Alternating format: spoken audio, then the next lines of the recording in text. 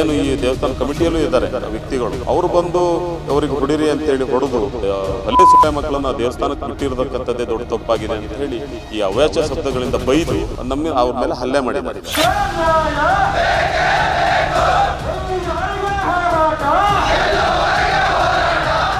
ಈಗ ಹಲ್ಲೆ ಮಾಡಿರ್ತಕ್ಕಂಥ ವ್ಯಕ್ತಿಗಳ ಹಿನ್ನೆಲೆ ತಿಳ್ಕೊಂಡ್ರೆ ತುಂಬ ಕ್ರಿಮಿನಲ್ಗಳಿದ್ದಾರೆ. ಅವರಿಗೆ ಈಗಾಗಲೇ 2-3 ಅಟ್ರಾಸಿಟಿ ಕೇಸ್ಗಳು ಆಗಿದೆ.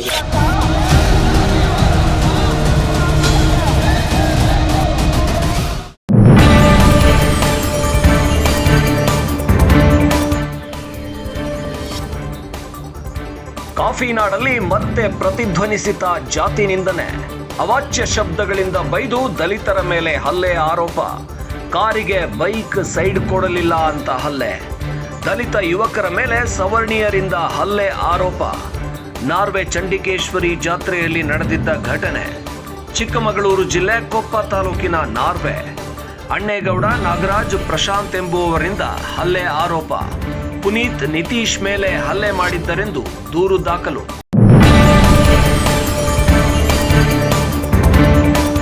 ಅಟ್ರಾಸಿಟಿ ದೂರು ದಾಖಲಿಸಿದ್ರೂ ಆರೋಪಿಗಳನ್ನ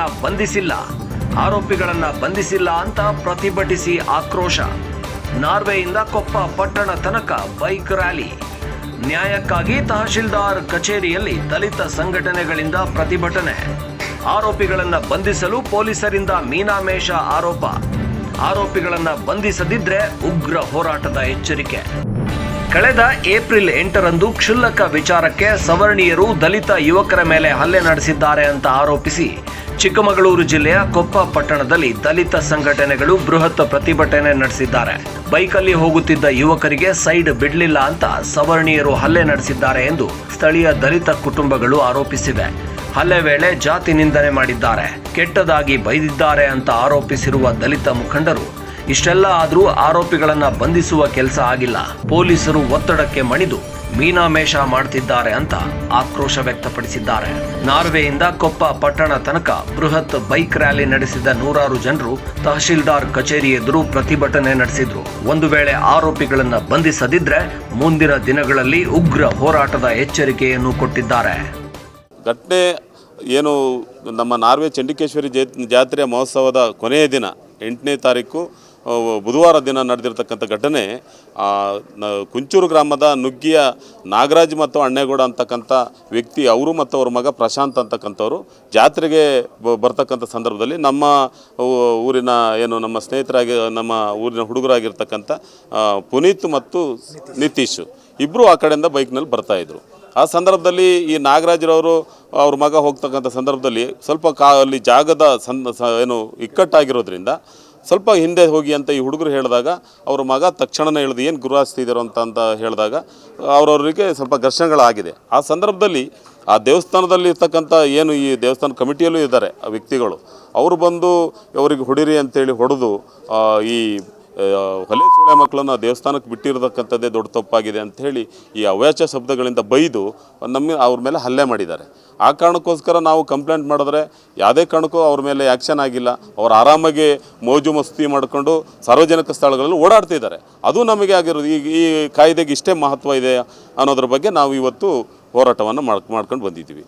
ಮುಂದಿನ ದಿನಗಳಲ್ಲಿ ನಾವು ಇನ್ನೂ ಉಗ್ರವಾಗಿ ಹೋರಾಟ ಮಾಡ್ತೇವೆ. ಯಾಕಂದರೆ ನಮ್ಮ ಇರತಕ್ಕಂಥ ನಮ್ಮ ಏನು ಕಾನೂನಲ್ಲಿ ಕಾಯ್ದೆನಲ್ಲಿ ನಮಗೆ ರಕ್ಷಣೆ ಮತ್ತು ನ್ಯಾಯ ಸಿಗದೇ ಇದ್ದಾಗ ನಾವು ಎಲ್ಲ ದಲಿತ ತಾಲೂಕಿನ ಎಲ್ಲ ದಲಿತರು ಕೂಡ ಒಟ್ಟಾಗಿ ಮುಂದಿನಲ್ಲಿ ಉಗ್ರವಾದ ಹೋರಾಟ ಮಾಡೋದಕ್ಕೆ ನಾವು ಸಿದ್ಧರಿದ್ದೇವೆ. ಅವ್ರನ್ನ ಬಂಧನ ಆಗಬೇಕು, ಅವರಿಗೆ ಶಿಕ್ಷೆ ಆಗಬೇಕು. ಕಾನೂನು ರೀತಿಯಲ್ಲಿ ಅವರಿಗೇನು ಇದರಲ್ಲಿ ಕಾನೂನಲ್ಲಿ ಇದೆ ಅದು ಶಿಕ್ಷೆ ಆಗಬೇಕು ಅಂತ ನಮ್ಮ ಒತ್ತಾಯ. ಈಗ ಹಲ್ಲೆ ಮಾಡಿರ್ತಕ್ಕಂಥ ವ್ಯಕ್ತಿಗಳ ಹಿನ್ನೆಲೆ ತಿಳ್ಕೊಂಡ್ರೆ ತುಂಬ ಕ್ರಿಮಿನಲ್ಗಳಿದ್ದಾರೆ. ಅವರಿಗೆ ಈಗಾಗಲೇ 2-3 ಅಟ್ರಾಸಿಟಿ ಕೇಸ್ಗಳು ಆಗಿದ್ದಾವೆ. ಅಂಥ ವ್ಯಕ್ತಿಗಳು ಈ ದೇವಸ್ಥಾನದ ಪಾವಿತ್ರ್ಯತೆಯನ್ನು ಹಾಳು ಮಾಡ್ತಿದ್ದಾರೆ. ನಾರ್ವೆ ದೇವಸ್ಥಾನದ ಪಾವಿತ್ರ್ಯತೆಯನ್ನು ಇಂಥ ವ್ಯಕ್ತಿಗಳು ಹಾಳು ಮಾಡ್ತಿದ್ದಾರೆ. ಆ ಸಂದರ್ಭದಲ್ಲಿ ಅವರೆಲ್ಲರೂ ಸ್ವಲ್ಪ ಆ ಗಲಾಟೆನ ಅವಾಯ್ಡ್ ಮಾಡಿದರೆ ಇಂಥ ಘಟನೆಗಳು ನಡೀತಿರಲಿಲ್ಲ. ಹಾಗಾಗಿ ಏನಾಗಿದೆ, ಜೊತೆಗೆ ಆ ರೀತಿ ಆಗೋದ್ರ ಜೊತೆಯಲ್ಲಿ ಒಂದು ಸಮುದಾಯವನ್ನು ತುಚ್ಛವಾಗಿ ಮಾತಾಡಿರ್ತಕ್ಕಂಥದ್ದನ್ನ ಈಗಾಗಲೇ ವಾಸು ಅವರು ಹೇಳಿದ್ದಾರೆ. ಅದು ನಮಗೆಲ್ಲರಿಗೂ ತುಂಬ ಮನಸ್ಸಿಗೆ ಬೇಜಾರಾಗಿದೆ. ಇಂಥ ಒಂದು ವ್ಯಕ್ತಿಗಳು ಇಡೀ ಆ ನಾರ್ವೆಯ ಇಲ್ಲಿರ್ತಕ್ಕಂಥ ಇಡೀ ತಾಲೂಕಿನ ಎಲ್ಲ ಪರಿಸರವನ್ನು ಹಾಳು ಮಾಡ್ತಾರೆ. ಇಲ್ಲಿ ತಾಲೂಕಿನಲ್ಲಿ ಒಳ್ಳೊಳ್ಳೆ ಕಾರ್ಯಕ್ರಮಗಳು ಆಗ್ತಾಯಿದ್ದಾವೆ. ಹಿಂದೂ ಸಮಾಜೋತ್ಸವ ಆಗ್ತುಂಟು, ಸರ್ವ ಸಮಾಜೋತ್ಸವ ಕಾರ್ಯಕ್ರಮ ನಾಡೋದು, ಸಮತೆ ಮಮತೆ ಅಂತೇಳಿ ಆಗ್ತದೆ. ಒಂದು ಒಳ್ಳೊಳ್ಳೆ ಕಾರ್ಯಕ್ರಮಗಳು. ಇಂಥ ಕಾರ್ಯಕ್ರಮಗಳಲ್ಲೆಲ್ಲ ಎಲ್ಲರೂ ಭಾಗವಹಿಸಿ ಅದರಲ್ಲಿ ಇರ್ತಕ್ಕಂಥ ವಿಚಾರಗಳನ್ನು ತಿಳ್ಕೊಂಡು ನಾವು ಸಮಾಜದಲ್ಲಿ ಆ ರೀತಿ ಪ್ರಯತ್ನ ಮಾಡಬೇಕು. ಜೊತೆಗೆ ಅದನ್ನು ತಿಳ್ಕೊಂಡಿರೋದಿಲ್ಲ. ಕೆಲವೊಂದಷ್ಟು ವ್ಯಕ್ತಿಗಳು ಏನೋ ಒಂದು ಹಿನ್ನೆಲೆ ಇಟ್ಕೊಂಡು ಬಂದು ಕ್ರಿಮಿನಲ್ಗಳ ಆ್ಯಕ್ಟಿವಿಟೀಸ್ ಮಾಡ್ತಿರ್ತಕ್ಕಂಥವ್ರನ್ನೆಲ್ಲ ದೇವಸ್ಥಾನದ ಕಮಿಟಿಯಿಂದ ಹೊರಗಿಡಬೇಕಂತಕ್ಕಂಥದ್ದು ನನ್ನ ಒಂದು ಇದು. ಯಾಕಂದರೆ ಇವರು ದೇವಸ್ಥಾನಕ್ಕೆ ಒಳ್ಳೆಯ ಹೆಸರು ತರ್ತಕ್ಕಂಥದ್ದಲ್ಲ, ಆ ಪವಿತ್ರತೆಯನ್ನು, ಆ ದೇವಸ್ಥಾನದ ಪವಿತ್ರತೆಯನ್ನು ಹಾಳು ಮಾಡಕ್ಕಂತಕ್ಕಂಥ ವ್ಯಕ್ತಿಗಳು. ಹಾಗಾಗಿ ಅವ್ರನ್ನ ದೂರ ಇಡಬೇಕು. ಇಂಥ ಕಿಡಿಗೇಡಿಗಳಿಂದ ಈ ರೀತಿಯ ಘಟನೆಗಳು ಆಗಿ ಇವತ್ತು ಇಡೀ ಗ್ರಾಮದಲ್ಲಿ ಒಂದು ಅಶಾಂತಿವಂತ ಆಗಂಥ ಒಂದು ವಾತಾವರಣ ನಿರ್ಮಾಣ ಆಗಿದೆ. ಈಗ ಯಾರು ಆ ವ್ಯಕ್ತಿಗಳನ್ನ ಬಂಧಿಸಿ ಅವರಿಗೆ ಕಾನೂನು ರೀತಿಯಲ್ಲಿ ಶಿಕ್ಷೆ ಕೊಟ್ಟಾಗ, ಈಗ ಕೋರ್ಟಲ್ಲಿ ನಾಳೆ ಕೇಸ್ ಬಿದ್ದು ಹೋಗ್ಬೋದು ಅಥವಾ ನಾಳೆ ಕನ್ವಿಕ್ಷನ್ ಆಗ್ಬೋದು, ಅದು ಬೇರೆ ವಿಚಾರ. ಆದರೆ ಅವರಿಗೆ ಕಾನೂನಲ್ಲಿ ಅವ್ರನ್ನ ಬಂಧಿಸಿ ಅವ್ರನ್ನ ಕಸ್ಟಡಿಯಲ್ಲಿ ಕೊಟ್ಟು ಅವ್ರು ಜೈಲಿಗೆ ಹಾಕಬೇಕಂತ ಇದ್ದಾಗನೂ ಅವರಿಗೆ ಕೆಲವೊಂದಷ್ಟು ವ್ಯಕ್ತಿಗಳು ಬೆಂಬಲ ಕೊಟ್ಟು ಅವ್ರನ್ನ ರಕ್ಷಣೆ ಮಾಡ್ತಕ್ಕಂಥದ್ದು ಇದು ಎಷ್ಟರ ಮಟ್ಟಿಗೆ ನ್ಯಾಯ? ಏನು ದಲಿತರಿಗೆ ಸಾರ್ವಜನಿಕವಾಗಿ ನಿಂದನೆ ಆಗುತ್ತೆ, ಆ ಕೂಡಲೇ ಅವ್ರನ್ನ ಬಂಧಿಸಬೇಕಂತಕ್ಕಂತಹ ಮಾತನ್ನ ಸರ್ಕಾರ ಹೇಳಿದೆ. ಆದ್ರೆ ಯಾಕೋ ಇಲಾಖೆ ಅಧಿಕಾರಿಗಳು ಮನಸ್ಸು ಮಾಡ್ತಾರ ಕಾಣ್ತಿಲ್ಲ. ಯಾವ ಒತ್ತಡ ಏನು ಗೊತ್ತಿಲ್ಲ. ಈಗ ನನ್ನ ಸ್ನೇಹಿತರು ಜೊತೆ ಬರ್ತಾರೆ, ಹೇಳಿದ್ರು ಯಾರೊಬ್ಬ ಅಧಿಕಾರಿ ಹೇಳುವಂತೆ, ನಾನು ಅವ್ರು ಬಂಧಿಸಿದ್ರೆ ನನ್ನ ಕೆಲಸ ಕಟ್ಕೊಂಡು ಮನೆಗೆ ಹೋಗ್ಬೇಕು ಅಂತೇಳಿ. ದಯವಿಟ್ಟು ಈ ಮನಸ್ಥಿತಿ ಬರಬೇಡಿ. ನೀವು ಸರ್ಕಾರದ ಆದೇಶ ಏನಿದೆ ಆ ಆದೇಶದಲ್ಲಿ ಕೆಲಸ ಮಾಡಿ. ಕೆಲವರೆಲ್ಲ ನಮ್ಮಲ್ಲೇ ದೌರ್ಜನ್ಯಗಳನ್ನ ಪದೇ ಪದೇ ಮಾಡ್ತಾರೆ. ಅವ್ರ ಅಂದಾಜು ಅವ್ರಿಗೆ ಶಕ್ತಿ ಇಲ್ಲ ಅಂತ, ಅದನ್ನ ತಿರುಗಿದ್ರೆ ಏನಾಗುತ್ತೆ ಅನ್ನೋದು ಅವರಿಗೆ ಪ್ರಜ್ಞೆ ಇಲ್ಲ. ಅವರಷ್ಟೇ ಶಕ್ತಿವಂತರು ನಾವು. ಒಂದು ದೌರ್ಜನ್ಯ ಆಗಿ ಒಂದು ತಿಂಗಳಾದ್ರೂ ಕೂಡ ಇಲ್ಲಿ ಒಬ್ಬ ಅರೆಸ್ಟ್ ಮಾಡಕ್ ಕೂಡ ಆಗ್ತಿಲ್ಲ ಅಂದ್ರೆ ಇಲ್ಲಿದು ಕಾನೂನು ಯಾವ ತರ ಇದೆ ಅಂತೇಳಿ ನಾವು ಅರ್ಥ ಮಾಡ್ಕೋಬೇಕು. ನಾನು ಈಗೇನು ನಾರ್ವೆ ಈ ರೀತಿ ಘಟನೆ ಆಗಿದೆ, ಈ ಘಟನೆಯ ಆ ಘಟನೆಯ ಕಾರಣಕರ್ತರಾಗಿದ್ದಾರೆ. ಅವರು ಇವತ್ತು ಬೆಳಗ್ಗೆಯಿಂದ ಸಂಜೆವರೆಗೆ ಏನ್ ಕೆಲಸ ಮಾಡಿ ಬರ್ತಾ ಇದ್ದಾರೆ, ಅದಕ್ಕೆ ಅವರು ಭಿಕ್ಷೆ ಕೊಟ್ಟಿರೋದು ಬಾಬಾ ಸಾಹೇಬ್ ಅಂಬೇಡ್ಕರ್ ಅವರು. ಅಂಬೇಡ್ಕರ್ ಅವರ ಸಂವಿಧಾನ ಬರ್ದಿದ್ರಿಂದ ಇವತ್ತು ಇವರು ಜೀವನ ಮಾಡ್ತಿದ್ದಾರೆ. ನಾವು ಈ ಪ್ರಶ್ನೆಯನ್ನ ಕೇಳಕ್ ಬಯಸ್ತೇವೆ. ಇದಕ್ಕೆ ಸಂಪೂರ್ಣವಾಗಿರ್ತಕ್ಕಂಥ ಕ್ಲಾರಿಟಿಯನ್ನು ಕೊಡಬೇಕಾಗ್ತದೆ.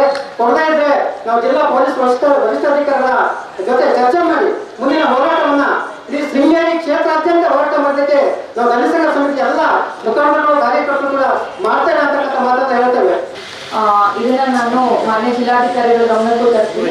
ಮಾನ್ಯ ಜಿಲ್ಲಾಧಿಕಾರಿಗಳ ಮುಖಾಂತರ ಸರ್ಕಾರಕ್ಕೂ ತರ್ತೀನಿ. ಕ್ಲಾರಿಫಿಕೇಶನ್ ಆಕ್ಚುಲಿ ನೀವು ಸಂಬಂಧಪಟ್ಟ ಇಲಾಖೆಗೆ ಕೇಳಿದ್ರೆ ಸೂಕ್ತ ಅಂತ ಮನವಿ ಕೊಡಿದ್ದೀನಿ. ಮನವಿನ ನಾನು ಜಿಲ್ಲಾಧಿಕಾರಿಗಳು ಮುಂದಿನ ದಿನಗಳಲ್ಲಿ ಏನು ಕ್ಲಾರಿಫಿಕೇಶನ್ ಬೇಕು ಅದನ್ನ